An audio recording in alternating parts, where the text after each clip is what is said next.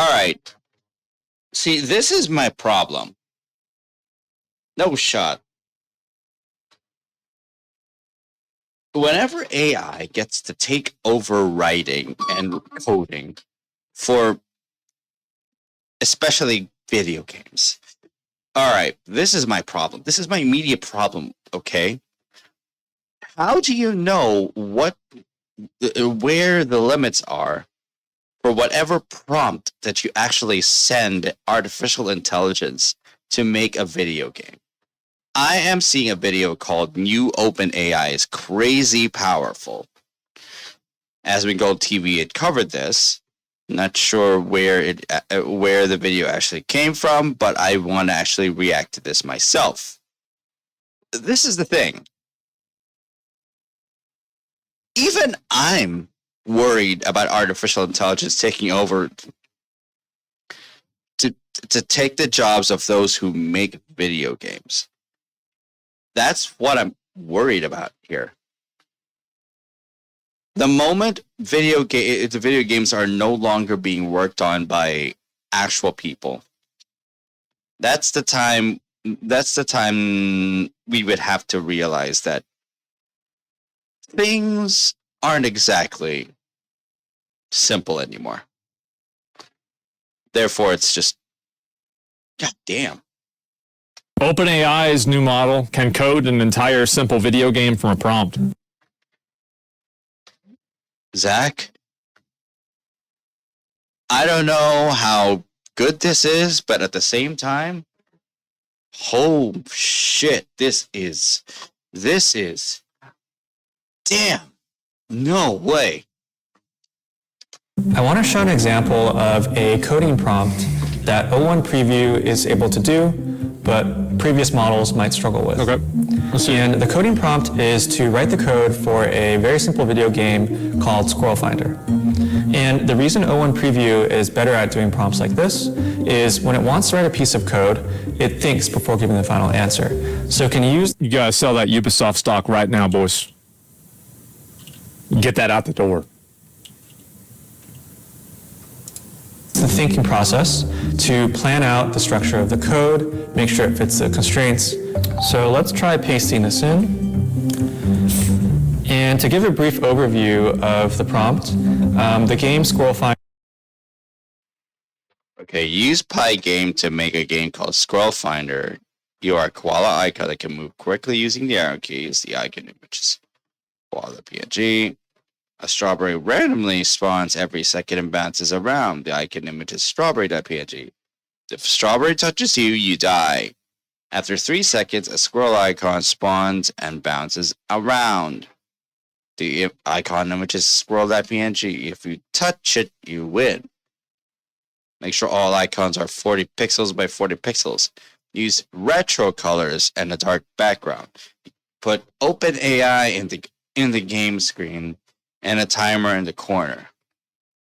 Display the instructions before the game starts. Automatically restart the game when you win or lose. Give the code a single file. Give the code in a single file. What? What? Hold on. Finder basically has a koala. Does that have to be referential? Like, because I guess like you have to probably like link this here. Somebody touches you, you die. After 3 seconds, a squirrel icon spawns, bounce around.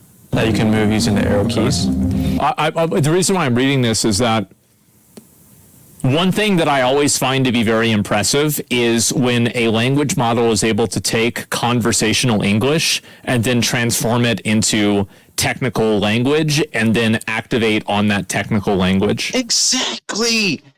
When you're actually using code, instructions are always being taken into note, not conversational language. The conversion time of this must be crazily short. Shit.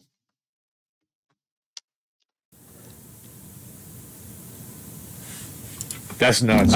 Strawberries spawn every second and they bounce around. And you want to avoid the strawberries. After 3 seconds, a squirrel icon comes up and you want to find the squirrel to win. And there are a few other instructions like putting OpenAI in the game screen and displaying instructions before the game starts, etc. So first you can see that the model thought for 21 seconds before. Okay, this is from OpenAI.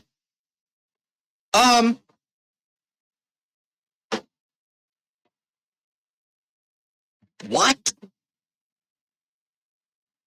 No shot. No shot. This was less than 30 seconds.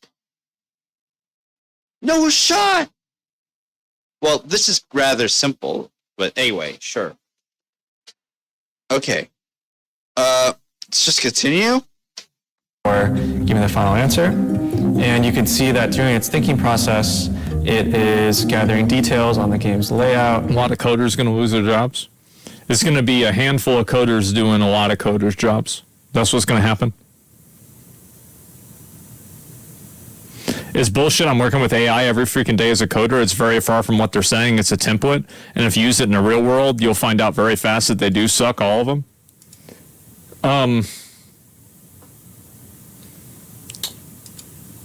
I do feel that this is way too simple, actually.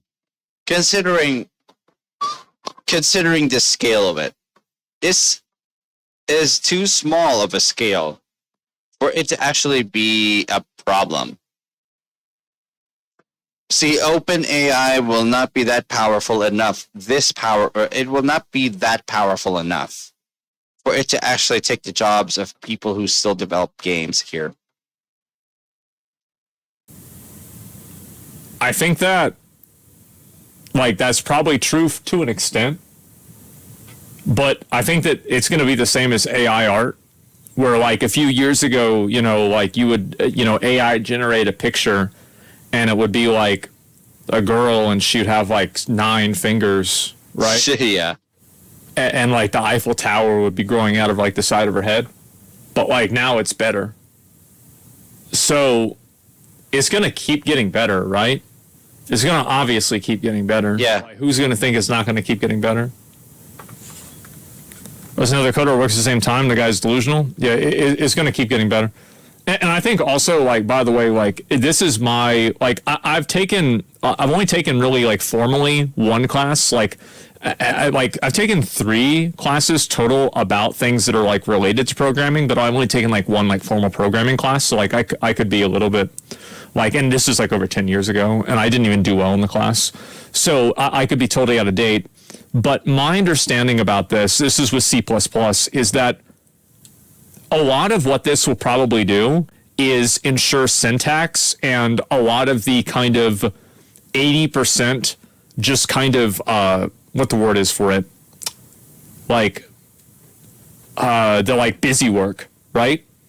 It'll kind of get the busy work done, and then the actual coder that has a higher level of experience, a boilerplate. Yeah, it builds a boilerplate that doesn't have syntax errors that then the actual coder refines.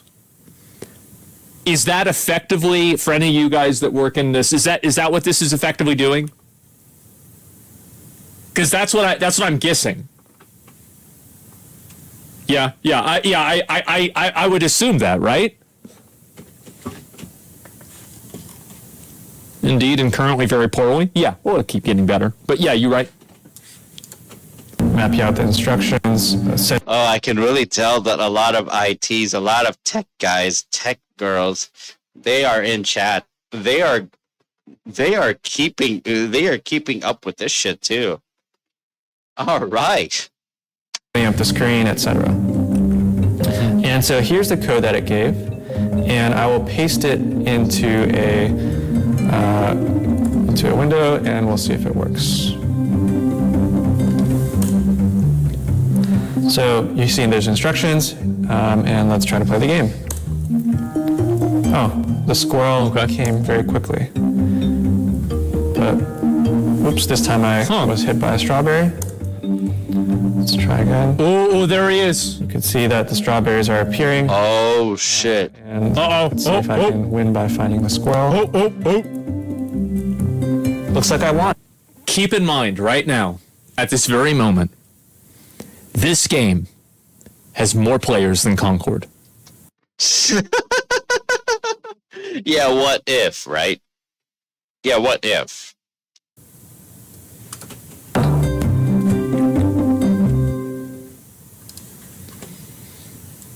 That's crazy. You could only code, not make the game. If OpenAI can do that, and can do that because... Okay. Oh my god. You see, if you're able to make an engine that actually acknowledges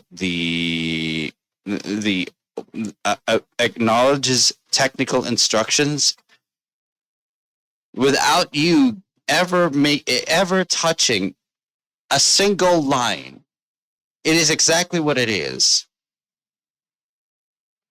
This is gonna... It's not exactly going to take everyone's jobs yet at the moment because the scale is really too small. But let me tell you, we're starting to get to that. Possibility with this day and age. That's crazy. Isn't that crazy? What? Wow. Look at that. Korean Cypher, building OpenAI 1. What is this here? Coding. Let's see if there's anything else interesting about this. This is the one that we just saw. Writing puzzles, math with OpenAI. I'll look at maybe this, and then I'll look at maybe this. So one of my favorite puzzles that I would do when I was a little kid is called a nonogram. Okay. Wait, this is from the actual OpenAI. Oh my god, what? Why did I... Okay, wait.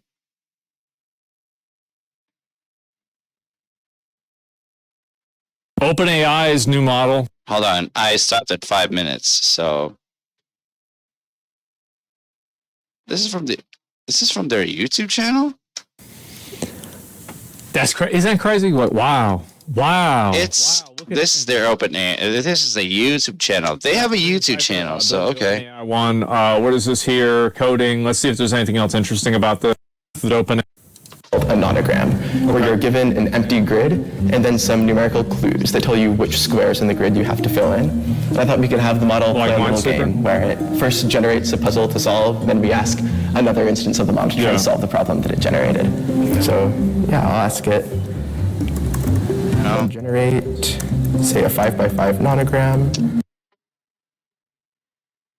Guys, to be very truthful to you, if we are coming to a point in which AI gets so vastly powerful, and we have been suffering loss after loss after loss of games just because they are poorly made, or they have been poorly given any sort of highlight or messaging at all, would you blame publishers? Would you blame publishers or developers of the game for using AI to write their code so that they can actually get the basics down, and that they can actually refine it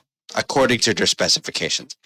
Or can you blame publishers or developers by letting the AI code entirely, write the story entirely for a game? Can you blame them? Honestly, you cannot. When laws are passed, and when they actually make those games using the same method, if the scale is large enough and the code writing is so powerful, all they have to do is make an engine for accepting the technical instruction, for accepting the code that is being written by the AI,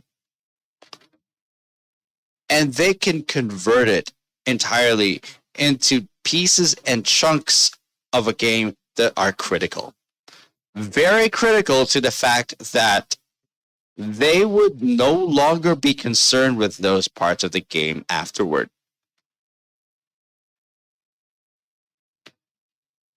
if AI gets really this powerful to the scale that is actually larger than how it is right now, the squirrel, the koala reaching the squirrel game, if the scale were to be increased as it actually gets tons better, 100 times better than how it was actually seen on that first video right there, it would have already become evident that people were going to lose their jobs entirely because it might get adopted. That's how terribly convenient it is. That is how terribly scary it is.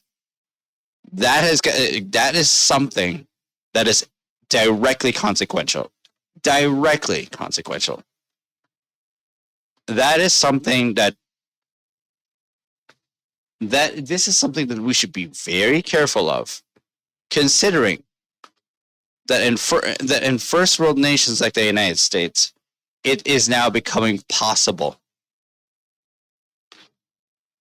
Considering that in this case, AI becomes the very driving force of game development. And that is not only just a huge step, that is a total evolution. A total evolution. We're in danger of losing our better ways of making gaming here. And let me just tell you, this day and age, unfortunately, with the losses that we've been suffering in the gaming industry, look, Conquered is a bad game because it was badly written. Game mechanics are definitely copy-pasted from Overwatch. Nothing new. And let me just tell you, the design choices, it was basically AI can take over any aspect of game development. The designs of things, the designs of every asset, the designs of humanoid-like assets. Basically, they can do anything that can make sure that the game actually is a smooth one to play without all the controversy. Considering if the AI is actually that powerful enough, this is my worry here. If the AI gets incredibly powerful enough that it actually directly contributes to the development of games on that scale, with that capacity, people are going to lose their jobs. It will be a permanent. There will be a permanent consequence for that. Actually, that's a consequence in itself. They won't be able to actually. They won't actually be able to have those tasks mean anything to them. This is huge. This is huge, considering the entire industry is seeking to be cost effective. And if they've spent billions and billions of dollars just to develop AI for the reason to be cost effective, then if they found a breakthrough, a very big breakthrough, they will proceed. They will proceed in this. This is no doubt going to be very. This is no doubt going to be the most useful. It will no doubt will be it. It will be in no doubt the most useful tool to be used in game development as a whole. If this actually comes true, we be warned that if AI works in full capacity and increases in scale, game developers are going to be in danger. game developers are going to be in danger of losing their employees. They're going to be downsizing their workforce for this, man. This is a scary thought in itself. Innovation is a good thing, but a scary thought in itself. Let me be very clear about this. It's good that we innovate. It is a scarier thought that we downsize because of that innovation, bringing us this dystopia. It is also a dystopia. Artificial intelligence taking over the job sector. It is a dystopia. I wouldn't call it a utopia. No way. Dystopia. All the way. All the way. Where the final answer is the letter M. Okay. We'll see what it comes up with.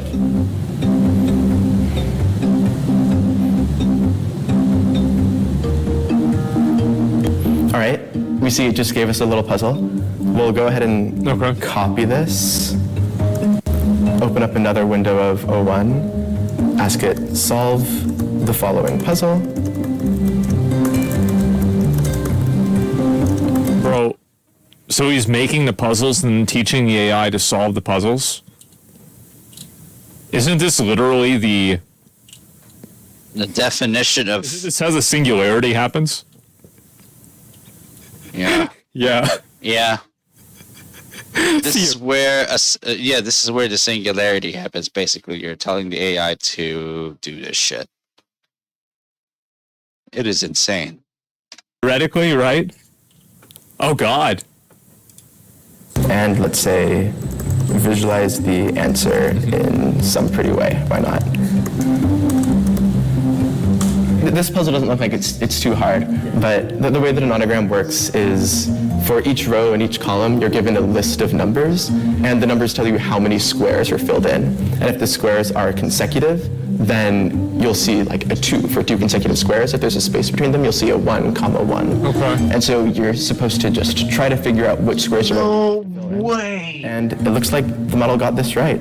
Illustrated a nice little letter M. But I think one of the things that is... No way! is it's similar to like Sudoku or a crossword, for example, where you have to kind of make a guess and then see if that's a right guess or a wrong guess. Backtrack if you got it wrong. And so any type of task where you kind of have to search through space, where you have different pieces pointing in different directions, but there are mutual dependencies. So you might get a bit of information that tells you that these two pieces contradict each other. Like a model like O1 is really good at trying to refine the search space here. I feel like this is probably the easy. If detailing is going to be the job, okay. Oh my God. Detailing every piece of code there is. Maybe we have the touch for it.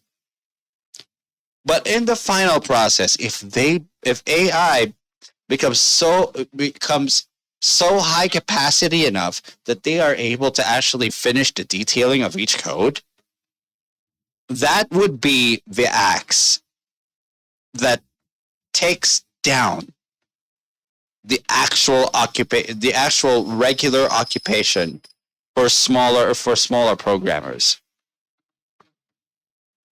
But as long as AI is still being used, programmers are still useful, right? But only to the point of maintaining the artificial intelligence itself. It wouldn't be because of the game. Yeah. We are in danger, boys and girls. This is Skynet all over again. This is Skynet speaking to us right now. Easiest thing for an AI to do because it's completely mathematical and look, Skynet is completely Hollywood shit. I understand that. But this is still worrying me. logical.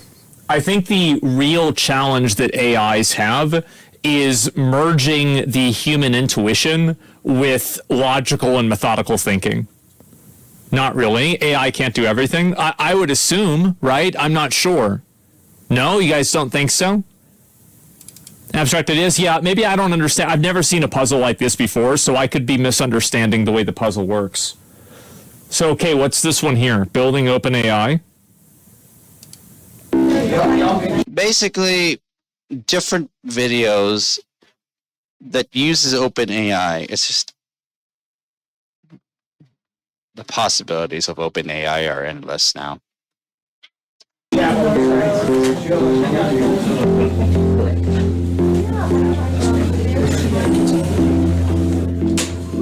We're starting a series of new models with the new name O1. And this is to highlight the fact that you might feel different when you use O1 as compared to previous models such as GPT-4o. So as others will explain later, O1 is a reasoning model. So it will think more before answering your question. We are releasing two models, O1 Preview, which is to preview what's coming for O1, and O1 Mini, which is a faster, smaller and faster model that is trained with a similar framework as O1. So we hope you like our new naming scheme, O1. So what is reasoning anyway? So one way of thinking of reasoning is that there are times where we ask questions and we need answers immediately because they're simple questions. For example, if you ask what's the capital of Italy, you know the answer is Rome, and you don't really have to think this is about why kids are getting stupid, by the way. Is like now kids have this shit on their phone where they can just go and take a picture of like something they need to do, and like a math question, and they just take a picture of it, gives them the answer. Zach, you don't know how right you are. The more innovation is being brought to our convenience, the more we get stupid.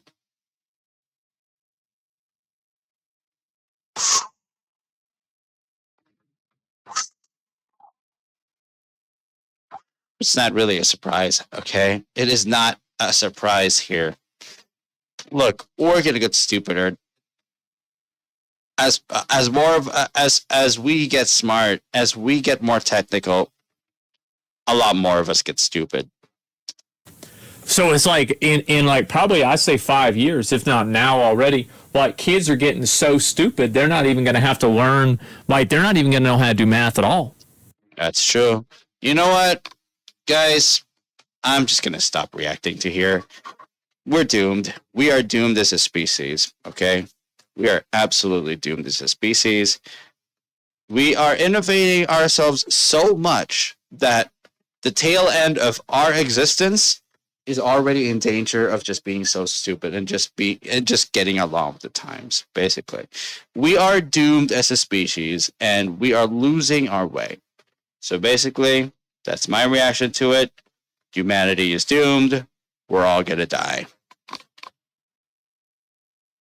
Yeah, take it or leave it. That's just how it is, boys and girls. Take it or leave it. But that's how I feel about this.